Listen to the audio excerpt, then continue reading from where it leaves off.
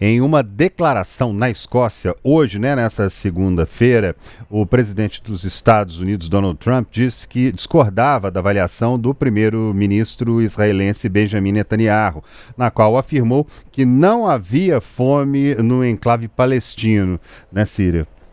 E a gente tem aí também, inclusive, Trump defendeu que alimentar as crianças deve ser algo colocado em primeiro lugar e que vários planos estavam sendo avaliados com Netanyahu. Ele anunciou também a criação de centros de alimentação no enclave palestino. O primeiro-ministro de Israel, Benjamin Netanyahu, afirmou que não há fome em Gaza e nenhuma política de fome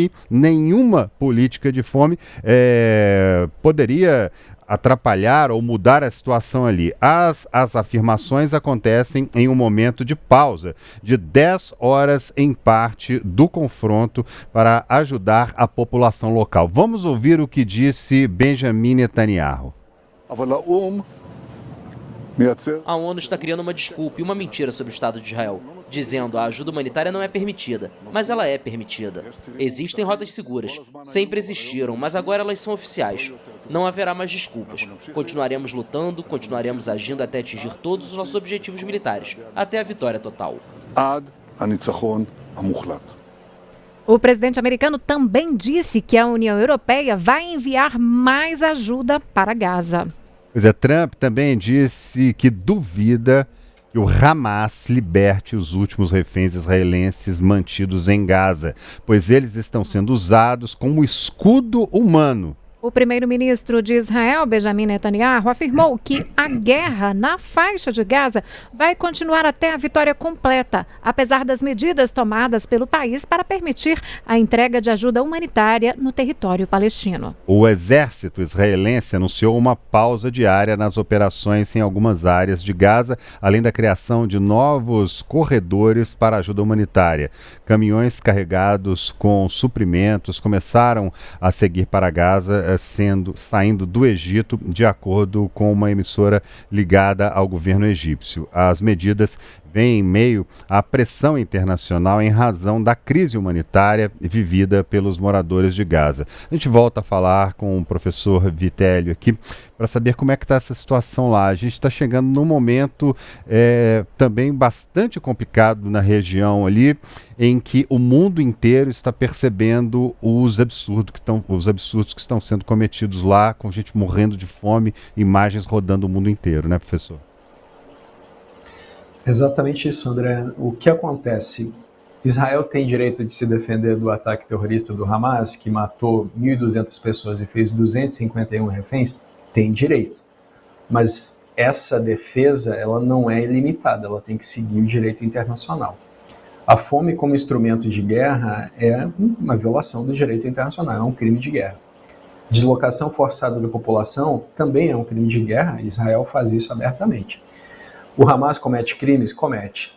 Fazer reféns é um crime de guerra. Estupros, não dar acesso a organizações como a ONU e a Cruz Vermelha aos reféns é crime de guerra também.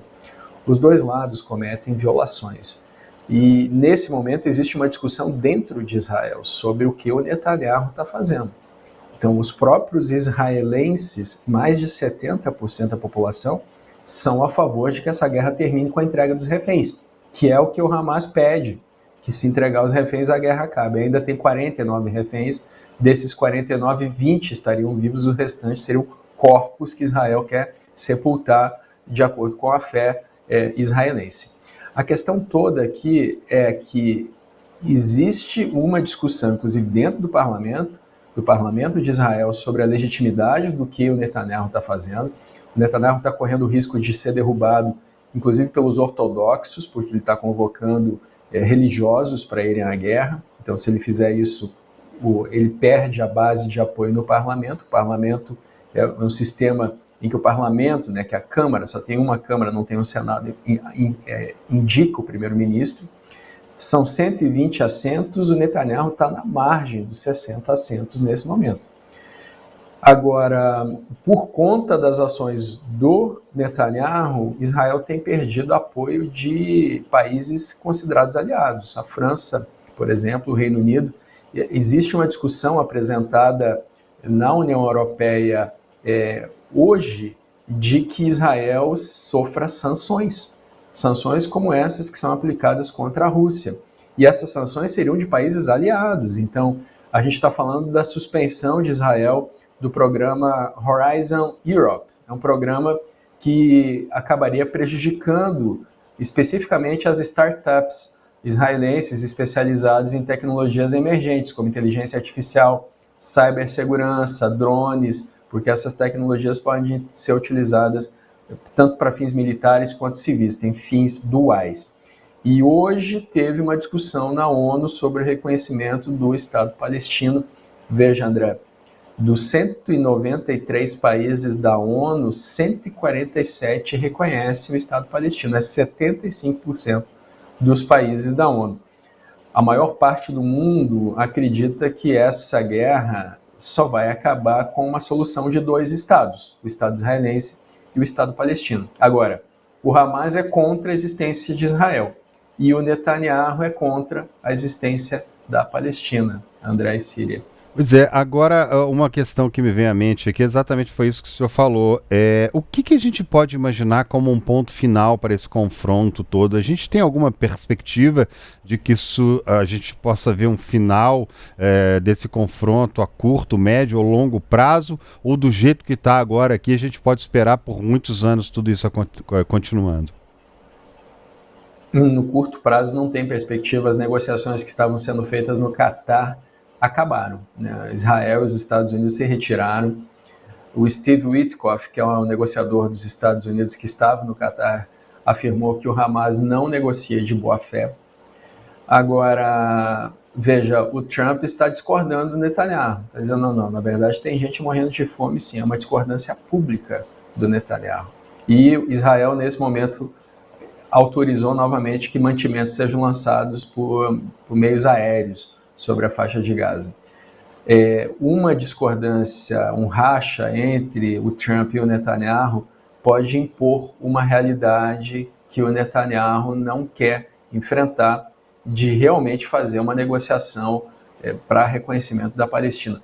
Por que o Netanyahu não quer enfrentar? Porque o Netanyahu surge na cena política em 1996, logo depois que o Isaac Rabin, que estava negociando uma solução de dois estados, é morto por um extremista israelense que era contra o Estado palestino.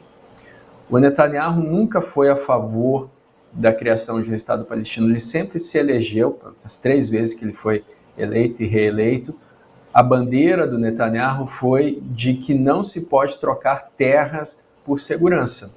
E aí, durante os governos dele, aumentaram os assentamentos na Cisjordânia, por exemplo, como está acontecendo agora.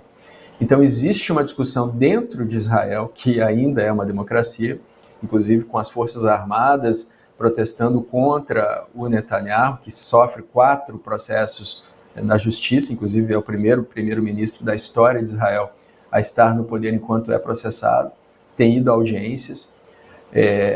A questão é que existe essa discussão sobre o quanto o Netanyahu ajuda na causa de Israel ou só está atuando em causa própria, porque se ele sair do poder, ele vai ser julgado, inclusive, pelo fato dos atentados de 7 de outubro terem acontecido, assim como aconteceu com a Golda Meir, por exemplo, que também passou por um julgamento depois dos ataques do Yom Kippur, André e Síria.